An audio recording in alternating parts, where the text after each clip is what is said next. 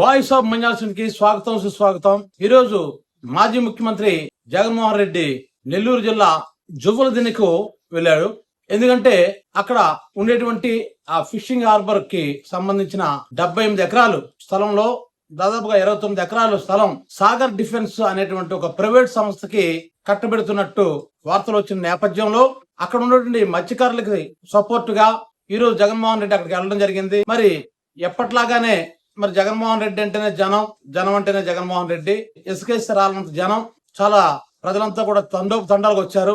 ఎక్కడెక్కడ బార్గేట్స్ పెట్టినా, పోలీసులు ఎన్ని ఆటంకాలు కలిగించినా, ఇంకా చెప్పాలంటే ఫిషింగ్ హార్బర్ కి 1.5 కిలోమీటర్ దూరం నుంచి పోలీసులు ఎవరిని వెళ్ళనివ్వకుండా అడ్డుకట్ట వేసినప్పటికీ కూడా విపరీతం జనం తండోలుగా రావటం జరిగింది. అక్కడ జగన్ మాట్లాడుతూ చంద్రబాబు నాయుడికి వార్నింగ్ ఇచ్చాడు. ఏమి ఇచ్చాడంటే 10 ఫిషింగ్ హార్బర్లో కేవలం మత్స్యకారులకు సంబంధించింది, వాళ్ళకి హక్కుతో కూడుకున్నది.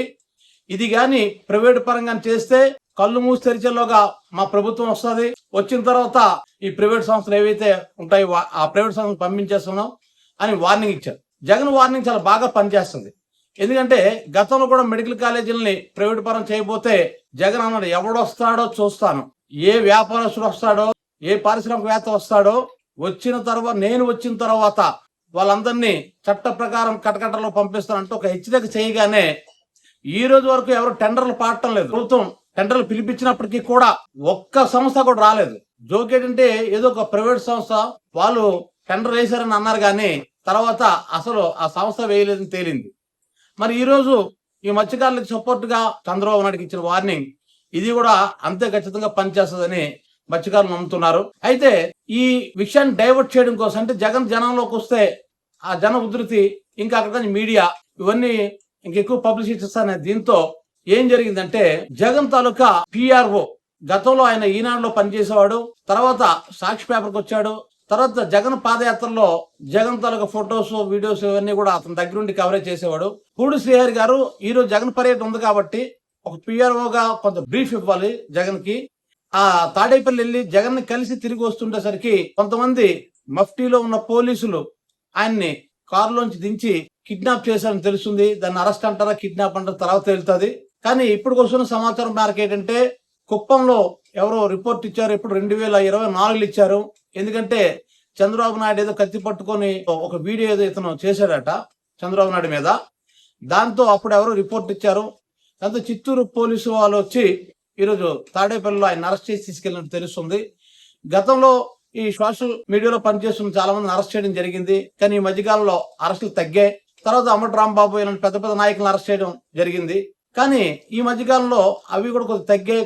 కానీ ఉన్నట్టుండి ఈ రోజు సడన్ గా అది 2024లో చేసిన ఒక నేరం అనుకుందాం, దాన్ని ఒక పోస్ట్ పెట్టాడు, దాన్ని నేరం అనుకుందాం.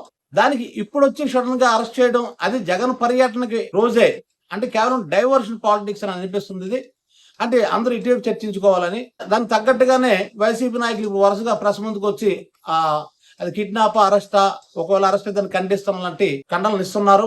ఇది కూటమి ప్రభుత్వం మంచిది కాదు. ఎందుకంటే ఇక్కడ ఈయన అరెస్ట్ చేసినంత మాత్రాన డైవర్షన్ అవ్వదు. ఇంకా చెప్పాలంటే అతను ఎవరు నిజాన్ని జనాలకు తెలియదు, అంటే మామూలు జనాలకు తెలియదు. ప్రెస్ లో ఉన్న వాళ్ళకి, మీడియాలో ఉన్న వాళ్ళకి తెలుస్తుంది, కానీ మామూలు వాళ్ళకి ఎవరు తెలియదు. ఈ అరెస్ట్ చేయడం వల్ల ఏంటంటే ఇప్పుడు ఆయన కూడా పబ్లిసిటీ అవుతాడు తప్ప జగన్కి వచ్చే నష్టమే ఉండదు, ఆడికి వచ్చే జనంలో తేడా ఉండదు. ఇదంతా ఎందుకు చెప్తున్నంటే కూటమి ప్రభుత్వం తీసుకున్న నిర్ణయాలు, చేస్తున్న చర్యలు ఆ కూటమి ప్రభుత్వానికి నష్టం కలిగిస్తుంది తప్ప వైసీపీకి నష్టం కలిగించవు.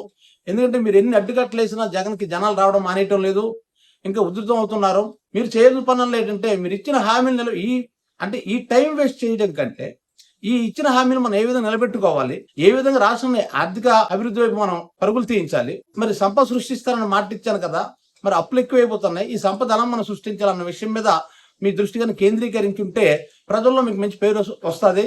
అంతేగాని ప్రత్యర్థి వర్గాలను అరెస్ట్ చేసుకొని వెళ్తే రాదు. అది మీరు అనొచ్చు, మరి అప్పట్లో జగన్ కూడా అలాగే చేశాడు కదా అని.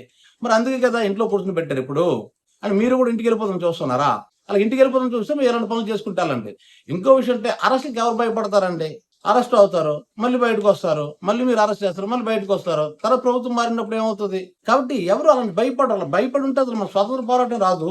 మీరు ఎవడు భయపడ్డు, ఇక్కడ ఏ పార్టీ కూడా భయపడ్డు. ఇప్పుడు వైసీపీ వచ్చి తెలుగుదేశం పార్టీ వరుసగా అరెస్ట్ చేసిన వాళ్ళు భయపడరు. అరెస్ట్ చేసిన కొద్ది ఒక పౌరుషం వస్తుంది, కోపం వస్తుంది, ఒక ఉక్రోషం వస్తుంది. దాంతో మరింత కష్టపడతారు.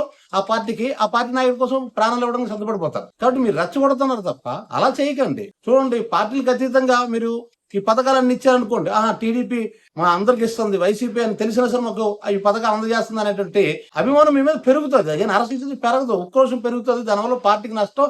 మరింత ఉధృతంగా వైసీపీ వాళ్ళు పనిచేస్తారు, అందులో గ్యారంటీ ఉంది. ఎందుకంటే మీరు గమనించినట్లయితే కూటమి ప్రభుత్వం కొత్తగా వచ్చినప్పుడు వైసీపీ కార్యకర్తలు భయభ్రాంతులకు గురయ్యారు, నాయకులకు భయభ్రాంతులకు గురయ్యారు మొదట్లో. కానీ ఎప్పుడైతే ఒక 10-15 అరెస్టులు జరిగాయో ఇది కామన్ అనిపించింది ప్రతి ఒక్కరికి. ఒకసారి భయపెట్టగలరండి, 10 సార్లు ఎప్పుడు ఎవరిని భయపెట్టలేదు. ఆ కనీస సూత్రం అది. చూడండి, మొదట్లో పోలీసులకు ఎలాంటి భయపడతారు, 10 సార్లు పోలీసులకు వెళ్తే ఏటేసే గారు ఏడు సంగతులు అని దర్జాగా వెళ్ళి పలకరించి కూర్చుంటాడు అక్కడ. ఎందుకంటే మరి భయం ఇదే. కాబట్టి 10 సార్లు భయపెట్టడం వల్ల మీరు ఏం చేస్తారంటే వైసీపీ కార్యకర్తలకు మరింత బలాన్ని ఇస్తున్నారు, ధైర్యాన్ని ఇస్తున్నారు. మీరు చేయాల్సిన పని ఏంటంటే జగన్ ని అడ్డుకోవడం కాకుండా అసలు జగన్ అక్కడ రావాల్సిన అవసరం మీరు చేయకపోతే అయింది ఉండేది కదా. ఇప్పుడు ఫర్ ఎగ్జాంపుల్ ఆ సాగర్ డిఫెన్స్ అనేటువంటి ప్రైవేట్ సంస్థకి కానీ ఫిషింగ్ హార్బర్ ని అందులో కొంత జాగాని మీరు ఇవ్వకపోయి ఉంటే జగన్ అక్కడ రాడు కదా. అలాగే మీరు ఇంకో తప్పు చేస్తారు, మీరు ఒక నాయకుడిని అరెస్ట్ చేస్తారు. చేసినప్పుడు ఏం చేస్తున్నారు, మరి ఆ నాయకుడిని పరామర్శించడం కోసం జగన్ అక్కడికి వెళ్తుంటారు. జగన్ ఎప్పుడైతే వెళ్తాం జనం వెళ్తున్నారు. సో మీరు కోరుండి చేసుకుంటున్నవి. ఇప్పుడు అందుకే అతను పబ్లిక్ లో వచ్చి చంద్రబాబు నాయుడికి వార్నింగ్ ఇవ్వగలిగాడు. ఇస్తాడు, ఎందుకు ఇవ్వడం, ఇస్తాడు. మరి జగన్ కానీ వార్నింగ్ ఇస్తే ఎలాగుంటుందో తెలుసు కదా. గతంలో ఈ ప్రభుత్వ కాలేజీల విషయం రుజువు అయిపోయింది. ఇప్పుడు ఏ పోర్టు కూడా ఏ ప్రైవేట్ కాంట్రాక్టర్ కూడా వచ్చి జాగా తీసుకున్న దమ్ము మరి అది ఉండదు. ఎందుకంటే అది క్లియర్ కట్ చెప్పి ఇది మత్స్యకారుల తాలూకా హక్కు, నేను మత్స్యకారుల కోసం ఇవన్నీ కట్టిస్తాను. ఎందుకంటే ఏ ముఖ్యమంత్రి కూడా ఇంతవరకు చేయని విధంగా 10 ఫిషింగ్ హార్బర్లు, మరి 4 పోర్టులు, మరి 6 ఫిషింగ్ ల్యాండ్ సెంటర్లు ఏర్పాటు చేశాడు. దీనికి అయ్యే ఖర్చు 26,000 కోట్ల రూపాయలు. దానికి శ్రీకారం చుట్టాడు అతను. దాన్ని మీరు ఇంకా కావాలి డెవలప్ చేయండి. మరొక 4 ఫిషింగ్ హార్బర్లు మీరు పెట్టండి. ఎందుకంటే గుజరాత్ కి మనకే తీర ప్రాంతం ఎక్కువ ఉంది. మనకు దాదాపుగా 950 కిలోమీటర్ల పైగా మన తీర ప్రాంతం ఉంది. అలా గుజరాత్ కూడా ఎక్కువ ఉంది.